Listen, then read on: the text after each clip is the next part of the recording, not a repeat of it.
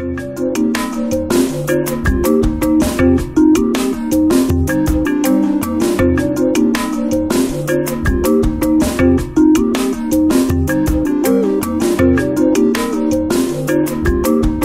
dirais qu'il y a quelque chose qu'on offre que personne d'autre offre dans le monde pour l'instant, je pense. C'est que les gens peuvent arriver avec les pièces qu'ils aiment, là. Le manteau de la maman, le manteau du papa, même s'il est usé aux manches, même s'ils se sont fait dire que la fourrure était plus bonne. En général, nous, on réussit toujours à faire, à moins vraiment qu'elle soit finie, on réussit toujours à recréer à partir de leur matière à eux aussi.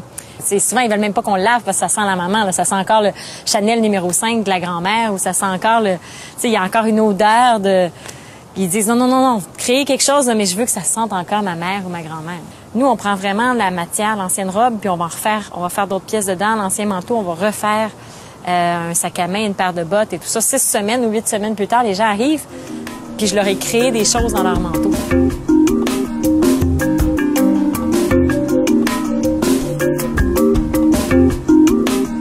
Et les matières recyclées, il y a plusieurs façons de se les procurer. On jette tellement de choses dans notre société de consommation que la minute où j'ai commencé à recycler, c'est sûr que j'avais toute la famille déjà qui en avait des quantités industrielles. Là. Presque tous les foyers québécois ont 1, 2, 3 morceaux de fourrure qui est là puis qui fait rien, qu'on a gardé parce que c'était à la grand-maman ou que c'était à la tante.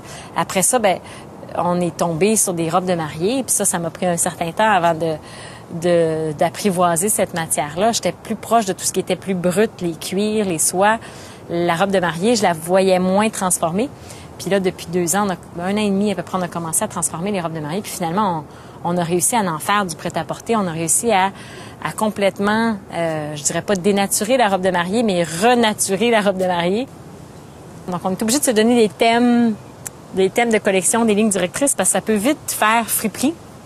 Moins haut de gamme, moins comme une vraie collection de créateurs. Puis moi, j'ai quand même envie d'être reconnue comme une créatrice de mode et non pas juste une recycleuse. Donc, faut que tous les ingrédients d'une collection soient là, avec une matière qui est toujours différente.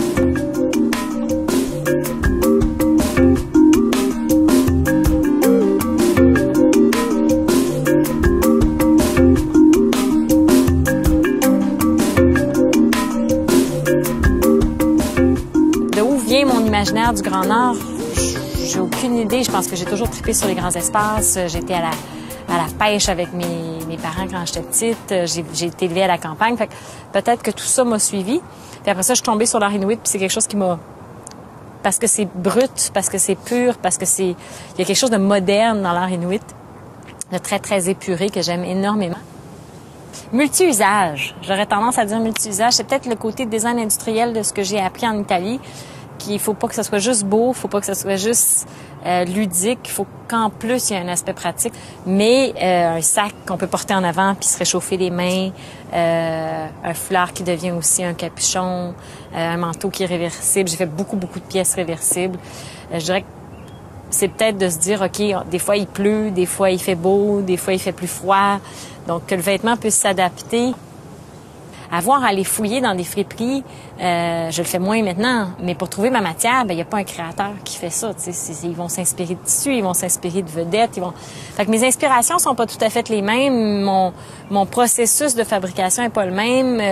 Je dirais mes étapes de création sont pas les mêmes non plus dans ma tête. Les processus de fabrication sont pas les mêmes. En tout cas, il y a beaucoup de choses qui fait que, oui, je me reconnais dans le métier de créateur de mode. Des fois, je me reconnais dans le métier d'artisanat, parce qu'il y a beaucoup d'étapes très, très artisanales dans ce que je fais.